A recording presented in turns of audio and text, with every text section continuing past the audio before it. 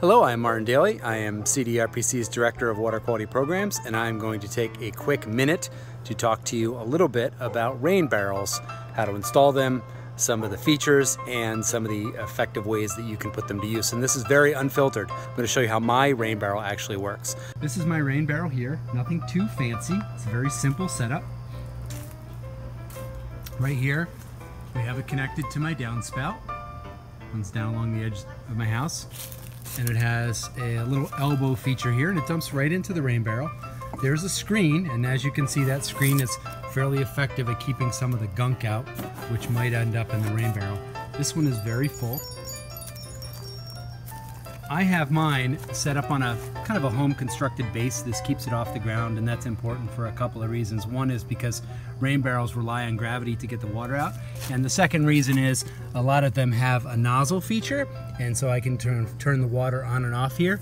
It's much easier if this is off the ground to be able to access it, and also so it doesn't get buried by any weeds or growth, and also so it doesn't get damaged if you're placing it on the ground.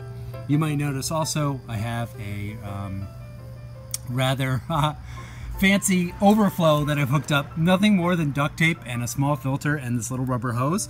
And the overflow is just directed away from the rain barrel. So that's if my rain barrel gets too much water in it, that overflow will kind of activate and it'll get the water away from my house. That's very important.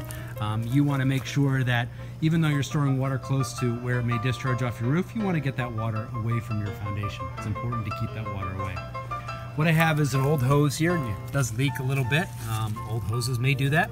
And what I have it routed to is here through a very makeshift garden and into my home garden right there. So I have the hose there. And what I can do is after periods where it rains or it's been dry for a while, I can just literally just flip the switch like that. And if we follow along the hose, you can see that water coming right out. Get a good stream coming out into my garden. You know, this comes off of your roof, essentially. And well, it's pretty clean. It's not drinkable, and it does collect anything that might be on your roof, and that does include bird waste. So you don't want to put it directly on the veggies. You want to just let it go into the soil where it can filter through and plants can do their job and clean that up. So I find it's very effective, very inexpensive way to store water, put it to work. A couple of pointers as I've used this rain barrel for storage. It's very simple. I will just empty the rain barrel out and I'll put it in the backyard right behind my shed there, upside down, to make sure that water doesn't freeze in the rain barrel. You never want to have that happen, because if water does freeze in there, it could crack the barrel. Other than that, very simple and straightforward.